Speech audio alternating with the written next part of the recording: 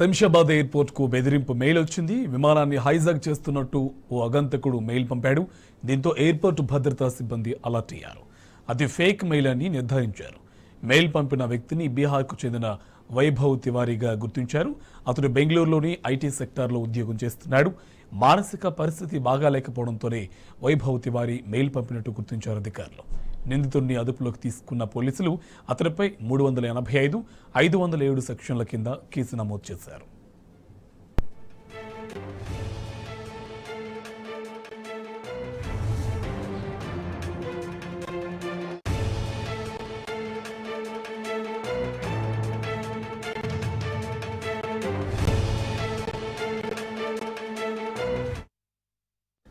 Shamshabad airport కు బెదిరింపు mail వచ్చింది. విమానాన్ని హైజాక్ చేస్తున్నట్టు ఓ అగంతకుడు మెయిల్ పంపాడు.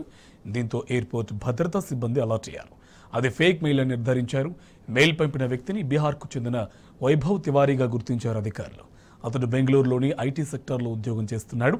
మానసిక పరిస్థితి బాగాలేకపోవడంతోనే వైభవ్ తివారీ మెయిల్ పంపినట్టు గుర్తించారు. నిందితుడిని అదుపులోకి తీసుకున్న పోలీసులు అతడిపై 385, 507 సెక్షన్ల కింద కేసు నమోదు చేశారు.